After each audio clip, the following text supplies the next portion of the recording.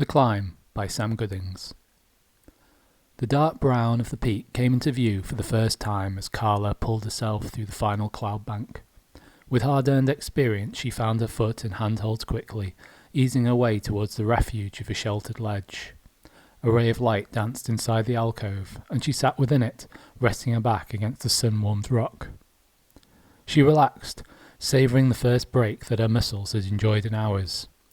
From her throne she gazed down at the grasslands, relishing the distance she had created from the everyday world. She could see nothing directly below. Clouds circled the mountain, like hoops that came from her daughter's vapes, but slightly beyond this, where the clouds frayed and diffused, she could see the rich greens and golden browns of the African veldt. It stretched on untouched and sentimental, until at last it smashed into the cold blue of the great ocean. As her breathing settled, she became aware that water vapour had saturated her clothes. The second-skin thermals she favoured for climbing were heavy and itchy. She fiddled with the auto-dry, felt a sudden blast of heat as the clothes self-dried and remoulded to her body. She began to stretch, relieving some of the lactic acid in her upper arms. She was out of practice. Once she could have climbed for much longer without fatigue. She shook her arms once more and found a starting position. High above her, an eagle circled, its feathers wings feeding upon the thermals, its eyes catching the sun with the intensity of melting iron. Whether it was a natural one or one of the synthetics released on a repopulation project, she could not say, but it was beautiful. As she watched, she felt its scrutiny, knew that this was the bird's mountain and she was an invader, an alien in its world. The thought scared and intrigued her. What had humans done, she wondered, to make themselves feel such outsiders in nature? Her species had reduced their habitats to walled cities, automated communes. So few, like her, sought any thrill, any communion with the old ways. She threw the thought away, concentrating on the cliff ahead and the challenges there. Soon came the overhang. It was all there was now between her and the summit, but it was the ace up the mountain sleeve. The climb wasn't a difficult one to this stage, not for one of her skill. But what would come now would be something of a test. Reaching behind her, first with one hand then the other, she chalked her fingers and began to climb. Modern climbers preferred nano-weave gloves.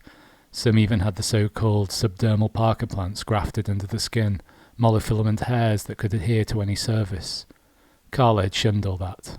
Her reputation was old school. She climbed until the overhang loomed above her. There she waited for a time, studying and planning. Time and time again she traced the route with her mind. Then, as would always happen, as if it were signposted, the best path would appear, and the random scratches of erosion would become as clear as the rungs of a ladder. One final second of mental preparation, the slightest nod of her head and the twitch of her jaw, and she was ready. Arching backwards, adrenaline held in check, she took her first grip and span away from the rock.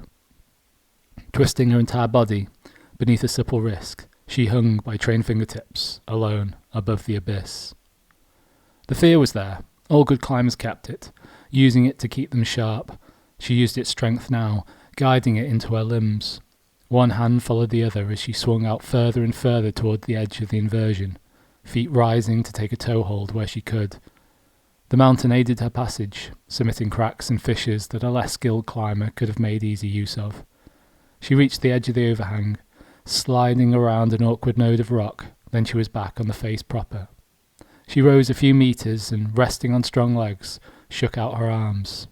Slight twinge in her left calf, cramp, the foot twitched, she slipped, she fell. Survival instinct overrode a program of panic that the rest of her mind tried to execute. Her hand sought the rock, fingers tightening around a hold, and she jerked to a halt. She had slid less than a few centimetres. Carla found herself laughing. There was no high, legal or other, that came close to this. The new C-chips that the clinics were selling, offering the claim that there was no discernible difference between organic or borrowed memory. Even they could not recreate this. In a world ruled by virtual thrills, hers was a life in analogue, and she loved it. She stretched out her leg and began to rise. The route she had planned from now, an easy one. She shunned it. She traversed onto a harder section, ignored easy holes, and stretched herself to climb better. The going was hard, and after a minute or so she was fighting with the rock in a way she hadn't since she'd competed. She relished it. She willed herself on and up. She continued to ignore the simple routes, choosing the most difficult she could find. Soon her muscles strained, her vision misty, her breath coming quick and ragged. A ledge was a few metres above. She would reach it soon. She would not challenge herself beyond there. This had been enough of a thrill. She paused just below the ledge, filled with an awesome connection to the mountain. She reached up and over. Her grip tightened and something gave way. She brought her hand back, yellow, slime-laced. Her fingers, chunky chalks of shell. A sudden whoosh of air fanned behind her, and a lightning bolt exploded in her spine. She grasped, a disengaged hand trying to reach toward the rock. It was too late.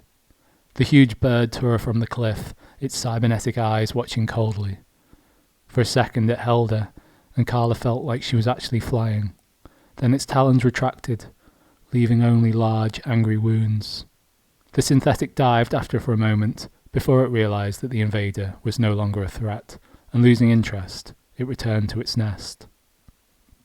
Carla span, tucking herself into a ball, her eyes crushed shut. If she screamed before she disappeared through the clouds, it was only to herself.